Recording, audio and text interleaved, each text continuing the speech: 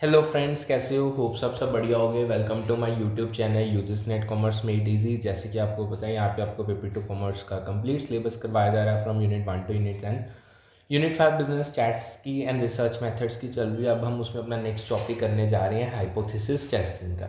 देखो, hypothesis testing एक statistical method है जो सैम्पल डाटा से पॉपुलेशन के बारे में कंक्लूजन्स निकालने के लिए यूज़ होता है। ये बिजनेस डिसीजंस को डाटा ड्रिवन और रिलायबल बनाते हैं। सो इसको अब स्टार्ट करते हैं। देखो, हाइपोथेसिस टेस्टिंग सैंपल डाटा से पॉपुलेशन पैरामीटर्स के बारे में इन्फेरेंसेस बनाता है नल और अल्टरनेट हाइपोथेसिस के थ्रू। ये चेक करता है कि रिजल्ट्स चांस से हुए हैं या नहीं। ये बताता है कि ऑब्जर्व रिजल्ट चांस से होने की कितनी संभावना है और एविडेंस बेस्ड डिसीजंस देता है। ये बिजनेस में रिलायबल कंक्लूजन्स के लिए बहुत ज़रूरी है। इंपॉर्टेंस किसकी बात करें, हाइपोथेसिस टेस्टिंग के बेनिफिट्स बिजनेस के लिए बहुत इंपॉर्टेंट है। ये डाटा ड्रिवन स्ट्रेटजीज और डिसीजंस को सपोर्ट करते हैं। फर्स्ट पॉइंट आता है डिसीजन मेकिंग का। ये बिजनेस मैट्रिक्स जैसे सेल्स, कस्टमर सेटिस्फेक्शन के अजम्पशंस को वैलिडेट करते हैं। ये डिसीजंस को फैक्ट बेस्ड बनाते हैं। दूसरा आता है रिस्क असेसमेंट। अगर फाइनेंशियल या ऑपरेशनल स्ट्रेटजीज में अनसर्टेनिटीज़ को इवेल्युएट करते हैं, ये रिस्क को मैनेज करने में मदद देते हैं। तीसरा आता है मार्केट इंसाइट्स। कंज्यूमर बिहेवियर या मार्केट ट्रेंड्स के हाइपोथेसिस को टेस्ट करते हैं। ये मार्केट के पैटर्न समझने के लिए यूज़फुल है। चौथा आता है प्रोसेस ऑप्टिमाइजेशन। परफॉर्मेंस मैट्रिसेस में सिग्निफिकेंट डिफरेंसेस आइडेंटिफाई करते हैं। ये प्रोसेसेस को ऑप्टिमाइज करने में हेल्प करते हैं। अगर एग्जांपल दूं, 2025 में एक Indian e commerce firm t test से मार्केटिंग कैंपेन के पहले और बाद के सेल्स कंपेयर करती है। ठीक है जी, होप सो ये आपको अच्छे से क्लियर होगा। आगे चलते हैं। नेक्स्ट जो हमारा आता है टॉपिक वो है कॉन्सेप्ट्स इन हाइपोथेसिस टेस्टिंग। उसमें सबसे पहला नल हाइपोथेसिस। नल हाइपोथेसिस कहता है कि कोई अफेक्ट या डिफरेंस नहीं है जैसे दो कंपेन्स की मीन सेल्स इक्वल हैं। ये डिफ़ॉल्ट अजम्पशन होती है जो टेस्ट किया जाता है। अल्टरनेट हाइपोथेसिस की बात करें, अल्टरनेटिव हाइपोथेसिस कहता है कि अफेक्ट या डिफरेंस है जैसे मीन सेल्स मीन डिफरेंस है। ठीक है, ये नल के ऑपोजिट क्लेम होता है। अगर एग्जांपल दूं, null hypothesis mean customer satisfaction 4 है। अल्टरनेट हाइपोथेसिस कहता है मीन कस्टमर सेटिस्फेक्शन 4 से अलग है। ये कस्टमर सेटिस्फेक्शन के हाइपोथेसिस का एग्जांपल है। अब एक नेक्स्ट आता है significance level and P value. देखो, सिग्निफिकेंस लेवल यानी अल्फ़ा नल हाइपोथेसिस रिजेक्ट करने का प्रोबेबिलिटी थ्रेशोल्ड है। जैसे अल्फ़ा 0.05 फॉर 95% कॉन्फिडेंस। ये टेस्ट की स्ट्रिक्टनेस को डिफाइन करता है। पी वैल्यू की बात करें, पी वैल्यू नल हाइपोथेसिस के अंदर सैंपल रिजल्ट्स की प्रोबेबिलिटी है।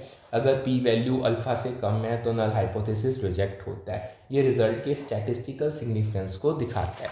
अगर मैं आपको एग्जांपल बताऊं, अगर मान लो पी वैल्यू 0.03 है जो लेस देन 0.05 होने से नल हाइपोथेसिस के अगेंस्ट स्ट्रॉन्ग एविडेंस मिलता है। ये सिग्निफिकेंट रिजल्ट को कंफर्म करता है। नेक्स्ट आते हैं टाइप ऑफ एरर्स। सबसे पहला टाइप 1 एरर। टाइप 1 एरर तब होता है जब नल हाइपोथेसिस सही है लेकिन रिजेक्ट हो जाता है फॉल्स पॉजिटिव, यानी रिस्क अल्फा के बराबर है। ये गलत सिग्निफिकेंट रिजल्ट दिखाता है। टाइप 2 एरर की बात करें, टाइप 2 एरर तब होता है जब नल हाइपोथेसिस गलत है लेकिन रिजेक्ट नहीं होता फॉल्स नेगेटिव, यानी रिस्क बीटा के बराबर है।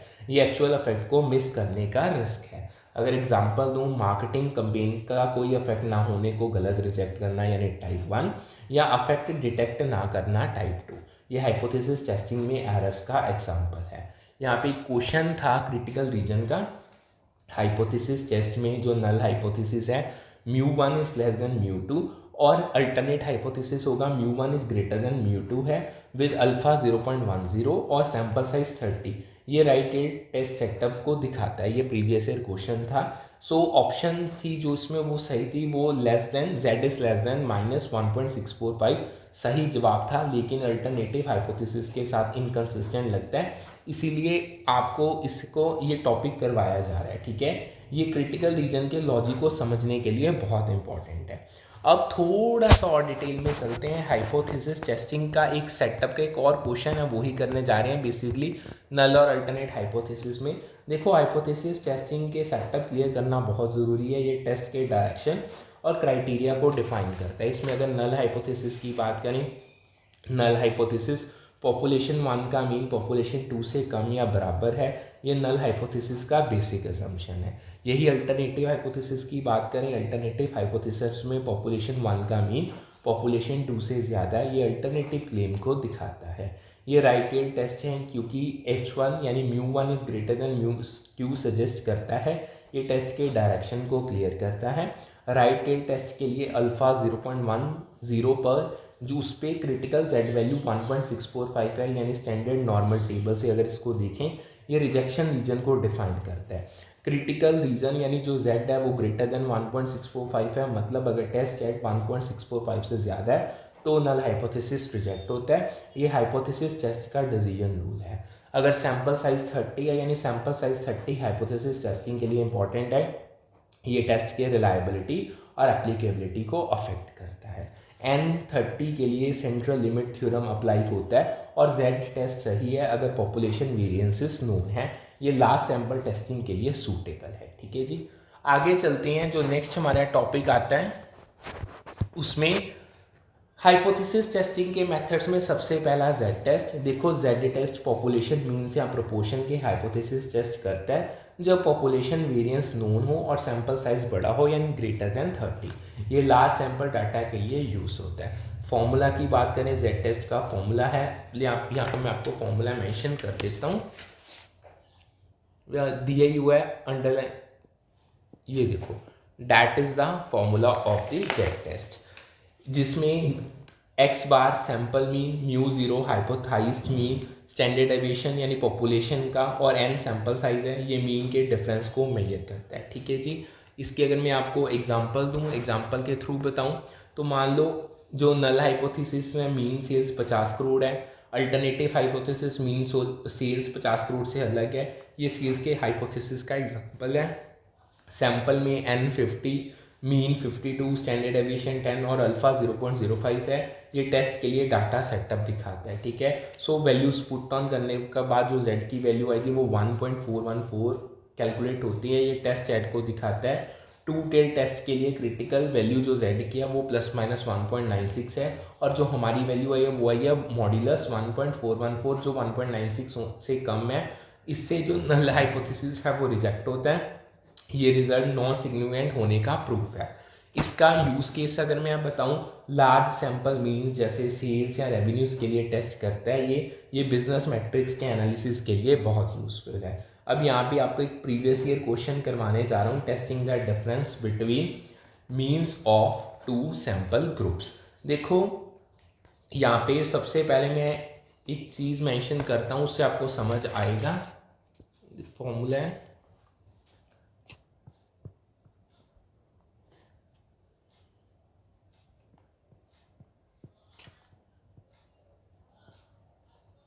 ये फर्स्ट देखो, ये जो फॉर्मूला है ये Z टेस्ट का फॉर्मूला है जो सैंपल मीन को नॉन पॉपुलेशन मीन से कंपेयर करता है। ये मीन डिफरेंस के लिए यूज़ किया जाता है। ठीक है जी, ये टेस्ट लार्ज सैंपल के मीन के हाइपोथेसिस टेस्टिंग के लिए यूज़ होता है जब स्टैंडर्ड डेविएशन नोन या अननोन हो। ये पैरामीट्रिक टेस्ट है जो रिलायबल रिजल्ट्स देता है। ये बीइंग अ पैरामीट्रिक टेस्ट, ये नॉर्मल डिस्ट्रीब्यूशन के अजम्पशंस पे काम करता है। नेक्स्ट जो हमारा आता है वो आता है टी टेस्ट। अगर हम टी टेस्ट की बात करें, टी टेस्ट मीन्स की हाइपोथेसिस टेस्ट करता है जब पॉपुलेशन वेरिएंस अननोन हो या सैंपल साइज छोटा हो यानी 30 से कम। ये स्मॉल सैंपल डाटा के लिए सूटेबल है। अगर इसके टाइप्स की बात करें, टी टेस्ट के अलग अलग टाइप्स होते हैं जो डिफरेंट सिनेरियोज के लिए यूज़ होते हैं। ये फ्लेक्सिबिलिटी के साथ हाइपोथेसिस टेस्टिंग देते हैं। इसमें सबसे पहला आता है one sample t test. One sample t test sample mean को हाइपोथाइज्ड वैल्यू से कंपेयर करता है। ये सिंगल ग्रुप के एनालिसिस के लिए है। दूसरा बात करें independent t test. Independent t test दो इंडिपेंडेंट ग्रुप्स के मीन्स कंपेयर करता है। ये अलग अलग ग्रुप्स के डिफरेंसेस के लिए है। तीसरा आता है pair t test. Pair t test paired observation के मीन्स को कंपेयर करता है। ये सेम ग्रुप के बिफोर आफ्टर एनालिसिस के लिए है। अगर मैं इसके फॉर्मूला की बात करूं तो फॉर्मूला इंडिपेंडेंट टी टेस्ट का जो फॉर्मूला है, यहाँ पे ये फॉर्मूला है मेंशन किया हुआ है मैंने, ये देखो जी। ठीक है जी, जिसमें x बार 2 sample means S1 square S2 square sample variances और N1 N2 सैंपल साइजेस हैं, ये दो ग्रुप्स के मीन्स के डिफरेंस को मेजर करता है। अगर एग्जांपल के थ्रू बताऊं, मान लो नल हाइपोथेसिस दो स्टोर के मीन्स एस इक्वल हैं, अल्टरनेटो का मीन्स अलग है, ये स्टोर्स के सेल्स कंपैरिजन का एग्जांपल है। स्टोर ए में N20 x बार 40 S5, स्टोर बी में N25 x बार 45 और S6। ये टेस्ट के लिए डाटा सेटअप है। वैल्यूज़ पुट ऑन करने के बाद जो टी की वैल्यू आएगी -2.77, ये टेस्ट चैट को दिखाता है। ठीक है जी। इसकी अगर हम बात करें तो देखो क्रिटिकल टी की जो वैल्यू है ±2.021 है और जो हमारी है वो 2.77 है, जो 2.2021 से ग्रेटर होने से जो नल हाइपोथेसिस है वो रिजेक्ट होता है। ये सिग्निफिकेंट डिफरेंस को कंफर्म करता है। अगर मैं आपको यूज़ बताऊं, कस्टमर सेटिस्फेक्शन या सेल्स को ग्रुप्स के बीच कंपेयर करता है। ये बिजनेस परफॉर्मेंस एनालिसिस के लिए बहुत यूज़फुल है। अब यहाँ पे एक क्वेश्चन करवाने जा रहा हूँ, प्रीवियस ईयर क्वेश्चन ही है।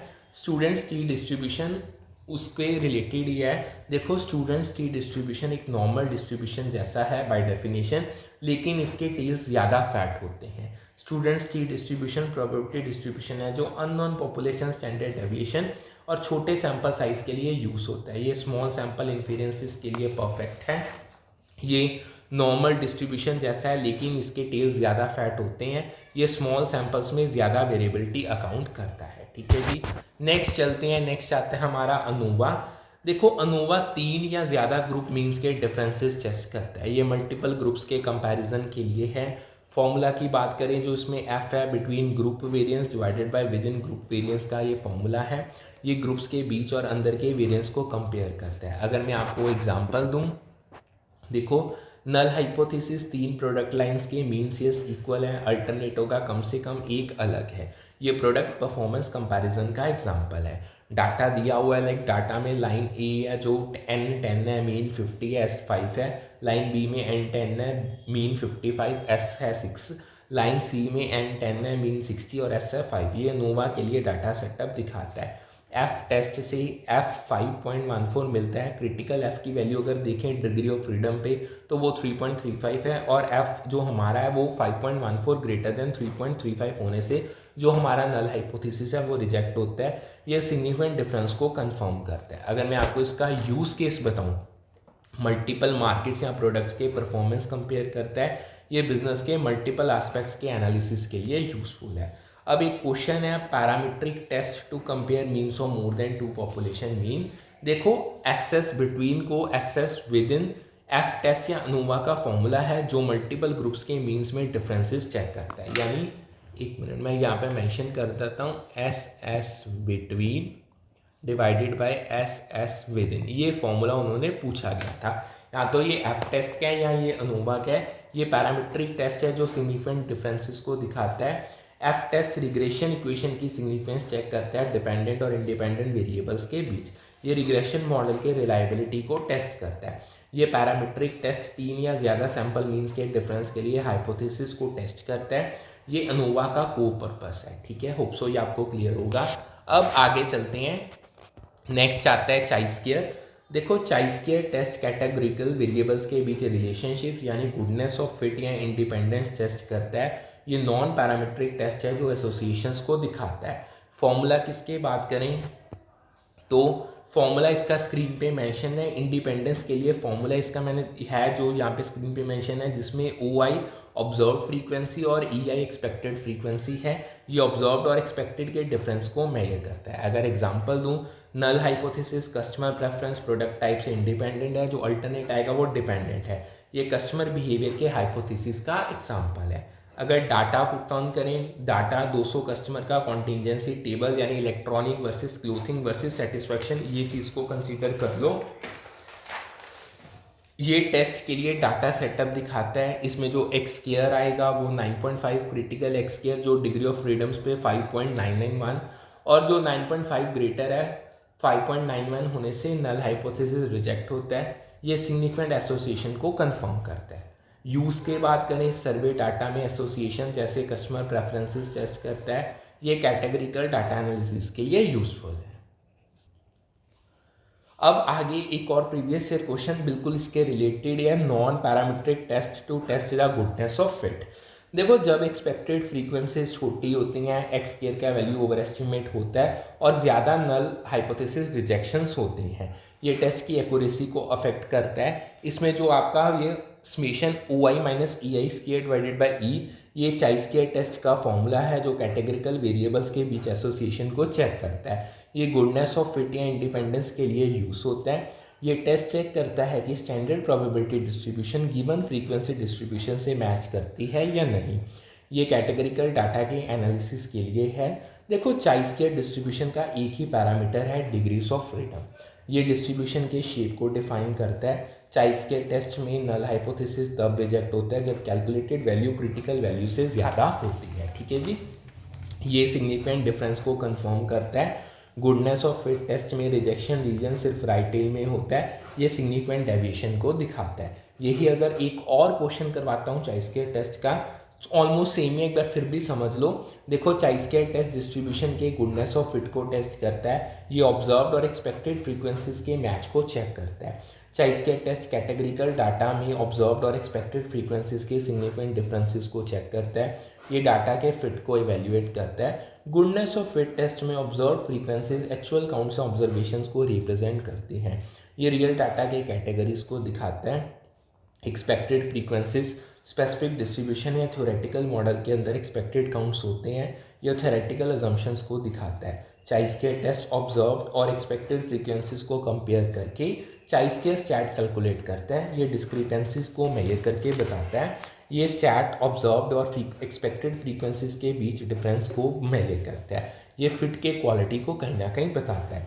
अगर ऑब्जर्व्ड और एक्सपेक्टेड फ्रीक्वेंसीज में सिग्निफिकेंट डिफरेंस है तो डाटा एक्सपेक्टेड डिस्ट्रीब्यूशन से मैच नहीं करता, ये पुअर फिट को इंडिकेट करता है। चाई स्क्वायर टेस्ट चाई स्क्वायर स्टैट के साथ पी वैल्यू कैलकुलेट करता है। ये रिजल्ट की सिग्निफिकेंस को बताता है। अगर पी वैल्यू सिग्निफिकेंस लेवल जैसे 0.05 से कम है तो स्ट्रॉन्ग एविडेंस है नल हाइपोथेसिस रिजेक्ट करने का कि डाटा एक्सपेक्टेड डिस्ट्रीब्यूशन से सिग्निफिकेंटली अलग है। ये पुअर गुडनेस ऑफ फिट को कंफर्म करता है। अब यहाँ पे अगेन एक और क्वेश्चन करवाने जा रहा हूँ, critical values of Z for hypothesis का ही क्वेश्चन है, सिंपल है। देखो हाइपोथेसिस टेस्टिंग के लिए जेड के क्रिटिकल वैल्यूज अल्फा और टेस्ट टाइप यानी 1 टेल या 2 टेल पे डिपेंड करते हैं। ये रिजेक्शन रीजन को डिफाइन करते हैं। क्रिटिकल वैल्यूज़ ऐसे चुने जाते हैं कि टेस्ट सेट के क्रिटिकल वैल्यू से बाहर होने की प्रोबेबिलिटी अल्फा से कम या बराबर हो जब नल हाइपोथेसिस ट्रू हो। ये टेस्ट के डिसीजन रूल को सेट करते हैं। 2 टेल टेस्ट के लिए अल्फा 0.05 पे क्रिटिकल जेड वैल्यू 1.96 है, जो बिल्कुल सही ऑप्शन, ये ऑप्शन क्वेश्चन ही था उसमें ये ऑप्शन थी। ये रिजेक्शन रीजन को डिफाइन करता है। 2 टेल टेस्ट के लिए अल्फा 0.01 पे क्रिटिकल जेड वैल्यू 2.575 है, ठीक है, ये स्ट्रिक्टर सिग्निफिकेंस लेवल को दिखाता है। लेफ्ट टेल टेस्ट के लिए अल्फा 0.01 पे क्रिटिकल जेड वैल्यू -2.33 है, ठीक है, ये लेफ्ट टेल रिजेक्शन रीजन को डिफाइन करता है। होप सो ये आपको अच्छे से समझ आ गया होगा। अब आगे चलते हैं नेक्स्ट नॉन पैरामीट्रिक टेस्ट में। सबसे पहला आता है मान Whitney U test. Mann Whitney U test non parametric test है जो दो इंडिपेंडेंट ग्रुप्स को कॉन्टिन्यूस या ऑर्डिनल वेरिएबल पे कंपेयर करता है। ये नॉर्मल डिस्ट्रीब्यूशन के जम्पशंस के बिना काम करता है। फॉर्मूला किसके मैं आपको बताऊं तो यहाँ पे स्क्रीन पे फॉर्मूला मेंशन्ड है जिसमें N1 N2 सैंपल साइजेस और R1 ग्रुप 1 के रैंक्स का सम है। ये ग्रुप्स के रैंक्स के डिफरेंस को मेजर करता है, ठीक है। अगर मैं आपको एग्जांपल दूं, नल हाइपोथेसिस इसमें होगा 2 स्टोर्स के कस्टमर रेटिंग्स में कोई डिफरेंस नहीं है। अल्टरनेट हाइपोथेसिस होगा डिफरेंस है। ये कस्टमर रेटिंग्स कंपैरिजन का एग्जांपल है। स्टोर ए रेटिंग्स की बात करें 345, स्टोर बी 233, रैंक्स होंगे ए का 456, बी का 123। ये टेस्ट के लिए डाटा और रैंक्स का सेटअप है, ठीक है। जो यू है वो 0 है, क्रिटिकल यू है अल्फा 0.05 पे, वो भी 0 है, और यू 0 होने से नल हाइपोथेसिस रिजेक्ट होता है। ये सिग्निफिकेंट डिफरेंस को कंफर्म करता है, ठीक है जी। अब इसमें इसका यूज़ केस की बात करें, नॉन नॉर्मल डाटा जैसे कस्टमर सेटिस्फेक्शन को कंपेयर करता है। ये नॉन पैरामीट्रिक एनालिसिस के लिए यूजफुल है। फिर आता है Kruskal Wallis H test. Kruskal Wallis H test non parametric test है जो 3 या ज़्यादा इंडिपेंडेंट ग्रुप्स को कंपेयर करता है। ये नॉर्मल डिस्ट्रीब्यूशन के जम्पशन के बिना काम करता है। अगर फॉर्मूला इसका बताऊँ, फॉर्मूला स्क्रीन पे मेंशन्ड है, ठीक है, जिसमें जो n है total sample size are I group I के रैंक्स का सम और एन आई ग्रुप साइज है। ये ग्रुप्स के रैंक्स के बेसिस पे डिफरेंस मेजर करता है। अगर एग्जांपल दूँ, नल हाइपोथेसिस यानी 3 रीजन्स के सेल में कोई डिफरेंस नहीं है, अल्टरनेटों का डिफरेंस है, ये रीजनल सेल्स कंपैरिजन का एग्जांपल है।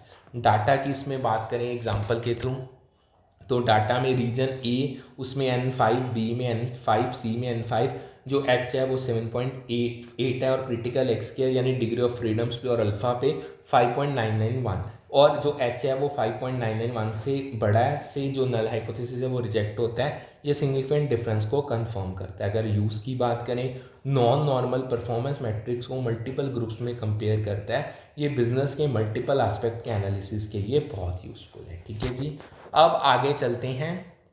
नेक्स्ट जो आता है Spearman's rank correlation. Spearman's rank correlation test non parametric test है जो दो वेरिएबल्स के मोनोटोनिक रिलेशनशिप की स्ट्रेंथ मेजर करता है। ये ऑर्डिनल डाटा के लिए सूटेबल है। अगर इसके फॉर्मूला की बात करूँ, स्क्रीन पे मेंशन्ड है। फॉर्मूला है जिसमें D1 रैंक्स DI रैंक्स का डिफरेंस और N पेयर्स की काउंटिंग है। ये कोरिलेशन स्ट्रेंथ को कैलकुलेट करता है। अगर एग्जांपल दूं तो नल हाइपोथेसिस एडवर्टाइजिंग और सेल्स में कोई कोरिलेशन नहीं है, अल्टरनेट हाइपोथेसिस होगा कोरिलेशन है। ये मार्केटिंग इम्पैक्ट का हाइपोथेसिस है। डाटा की बात करें, डाटा में advertising ranks 1 2 3 4 5, sales rank again 1 2 3 4 5। ये टेस्ट के लिए रैंक्स का सेटअप दिखाता है। अब P11 और जो P है वो लेस देन 0.05 होने से नल हाइपोथेसिस रिजेक्ट होता है। ये स्ट्रॉन्ग कोरिलेशन को कंफर्म करता है। अगर यूज़ की बात करें, नॉन नॉर्मल या ऑर्डिनल डाटा में रिलेशनशिप असेस करता है। ये बिजनेस कोरिलेशन के लिए यूजफुल है। ठीक है जी, अब एक क्वेश्चन आता है, non parametric test to compare means of more than 2 population group. देखो इसको, ये वाला जो है हमारा अगेन देखो Kruskal Wallis test one way ANOVA जैसा है। ये नॉन पैरामीट्रिक अल्टरनेटिव है मल्टीपल ग्रुप्स के कंपैरिजन के लिए। क्रुस्कल वॉलिस टेस्ट 3 या ज़्यादा इंडिपेंडेंट ग्रुप्स के मीडियंस कंपेयर करता है। ये नॉन पैरामीट्रिक टेस्ट है जो नॉर्मेलिटी ज्यूम नहीं करता। ये नोवा जैसा पर्पस रखता है लेकिन नॉर्मेलिटी का जम्पशन नहीं मांगता। ये नॉन नॉर्मल डाटा के लिए सबसे ज़्यादा सूटेबल है। ठीक है जी, फॉर्मूला मैंने ऑलरेडी आपको बता ही दिए हैं।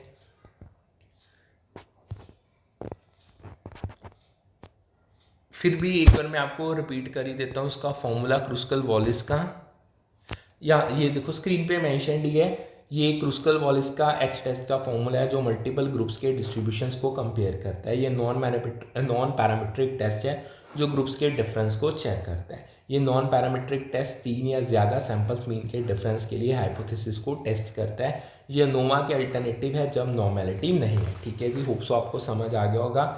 अब एक ना मैचिंग का क्वेश्चन था, स्टैटिस्टिकल टेस्ट को उनकी एक्सप्लेनेशन दी थी उनके साथ मैच करना था। देखो स्टैटिस्टिकल टेस्ट डाटा एनालिसिस और हाइपोथेसिस टेस्ट करने के लिए यूज़ होते हैं। हर टेस्ट स्पेसिफिक डाटा टाइप्स के लिए सूटेबल है। ये रिसर्च क्वेश्चन के जवाब देने में मदद करता है। तो जो सही ऑप्शन थी उसके हिसाब से जो जेड टेस्ट है, दो बड़े सैंपल ग्रुप्स के एवरेज डिफरेंस क्या सिग्निफिकेंस, जो चाई स्क्वायर है दो एट्रीब्यूट्स के एसोसिएशन की सिग्निफिकेंस, अनोवा 3 या ज़्यादा ग्रुप्स के मीन डिफरेंस, और मान विटने दो इंडिपेंडेंट ग्रुप्स के मीन डिफरेंस यानी नॉन पैरामीट्रिक, ये इसकी मैचिंग थी। ये स्टैटिस्टिकल टेस्ट के करेक्ट मैचिंग से। अब इसको डिटेल में करते हैं। सबसे पहले करते हैं जेड का। जेड टेस्ट दो बड़े सैंपल ग्रुप्स के एवरेज डिफरेंसेस की सिग्निफिकेंट टेस्ट करता है यानी पैरामीट्रिक डाटा। ये लार्ज डाटा सेट्स के लिए नॉर्मल डिस्ट्रीब्यूशन को अज्यूम करता है। अब चाई स्क्वायर की बात करें, दूसरा चाई स्क्वायर दो एट्रीब्यूट्स के बीच एसोसिएशन की सिग्निफिकेंस टेस्ट करता है। ये कैटेगरिकल डाटा के लिए नॉन पैरामीट्रिक टेस्ट है। तीसरा अनोवा 3 या ज़्यादा सैंपल ग्रुप्स के मीन वैल्यूज़ के डिफरेंस कंपेयर करता है यानी पैरामीट्रिक डाटा। ये मल्टीपल ग्रुप्स के एनालिसिस के लिए पैरामीट्रिक टेस्ट है। चौथा मान विटने यू टेस्ट दो इंडिपेंडेंट सैंपल ग्रुप्स के मीन वैल्यूज़ के डिफरेंस को कंपेयर करता है यानी नॉन पैरामीट्रिक डाटा। ये नॉन नॉर्मल डाटा के लिए सूटेबल है। अब इसमें एक क्वेश्चन है प्रीवियस स्पीयरमैन्स आरएचओ। ठीक है जी, स्पीयरमैन्स आरएचओ कोरिलेशन कोएफिशिएंट है जो ऑर्डिनल वेरिएबल्स के रिलेशनशिप की स्ट्रेंथ और डायरेक्शन को मेजर करता है। ये नॉन पैरामीट्रिक टेस्ट है जो ऑर्डर बेस्ड डाटा के लिए है। ये नॉन पैरामीट्रिक मेजर है जो ऑर्डिनल वेरिएबल्स के लिए बहुत सूटेबल है, जिसमें नेचुरल ऑर्डर है लेकिन इंटरवल्स इक्वल नहीं होते। ये नॉन नॉर्मल डाटा के कोरिलेशन के लिए यूज होता है। एक क्वेश्चन है प्रीवियस ईयर सुपीरियस रिलेशनशिप का। देखो सुपीरियस रिलेशनशिप दो वेरिएबल्स के बीच अपेरेंट कोरिलेशन होता है, लेकिन रियलिटी में ये जेन्युइन या मीनिंगफुल नहीं होता है। ये मिसलीडिंग कंक्लूजन्स का रिस्क प्रोवाइड करता है। ठीक है जी, ये तब होता है जब दोनों वेरिएबल किसी तीसरे वेरिएबल से इंडिपेंडेंटली रिलेटेड होते हैं जो डायरेक्ट रिलेशनशिप का फॉल्स इंप्रेशन देते हैं। ये थर्ड वेरिएबल के इफेक्ट को इग्नोर करने से होता है। एडिशनल फैक्टर्स या वेरिएबल्स एनालाइज करना ज़रूरी है ये चेक करने के लिए कि रिलेशनशिप मीनिंगफुल है या सुपीरियस। ये एक्यूरेट कंक्लूजन्स के लिए बहुत क्रिटिकल है। अब एक नॉन पैरामीट्रिक टेस्ट के रिलेटेड ही क्वेश्चन है, उसको मैं करवाने जा रहा हूँ। देखो नॉन पैरामीट्रिक टेस्ट डाटा के अंडरलाइन डिस्ट्रीब्यूशन के अजम्पशंस नहीं करते, ये डिस्ट्रीब्यूशन फ्री टेस्ट कहलाता है। इन्हें डिस्ट्रीब्यूशन फ्री टेस्ट भी कहा जाता है। ये फ्लेक्सिबल और नॉन नॉर्मल डाटा के लिए सूटेबल है। इसमें सबसे पहले मान विटने यू टेस्ट दो इंडिपेंडेंट ग्रुप्स को कंपेयर करता है जब डिपेंडेंट वेरिएबल ऑर्डिनल या कंटिन्यूस हो। ये टी टेस्ट का नॉन पैरामीट्रिक अल्टरनेटिव है। फिर दूसरा आता है क्रूस्कल-वालिस टेस्ट। क्रूस्कल-वालिस टेस्ट तीन या ज़्यादा इंडिपेंडेंट ग्रुप्स को कंपेयर करता है जब डिपेंडेंट वेरिएबल ऑर्डिनल या कॉन्टिन्यूस हो। ये अनोवा का नॉन पैरामीट्रिक अल्टरनेटिव है। तीसरा आता है चाई-स्क्वायर टेस्ट। चाई-स्क्वायर टेस्ट कैटेगरिकल वेरिएबल्स के बीच एसोसिएशन असेस करता है। ये नॉन पैरामीट्रिक टेस्ट है जो कैटेगरिकल डाटा के लिए है। ये नॉन पैरामीट्रिक टेस्ट है और डाटा के स्पेसिफिक डिस्ट्रीब्यूशन को ज्यूम नहीं करता। ये फ्लेक्सिबल और वर्सटाइल टेस्ट है। अब एक क्वेश्चन आया था आई टेस्ट और एन टेस्ट, ये ना गलत उन्होंने फ्रेम किया था। देखो आई टेस्ट दो ग्रुप्स के कंपैरिजन के लिए जबकि एफ टेस्ट तीन या ज़्यादा ग्रुप्स के लिए है। ये डिफरेंट ग्रुप साइजेस के लिए अलग अलग टेस्ट होते हैं। सो होप सो आपको जितना करवाया उतना अच्छे से समझ आ गया होगा। कोई डाउट है तो आप पूछ सकते हो। सो करते हैं आज का सेशन वाइंड अप, फिर मिलते हैं with a new session with a new set of topics. Thank you.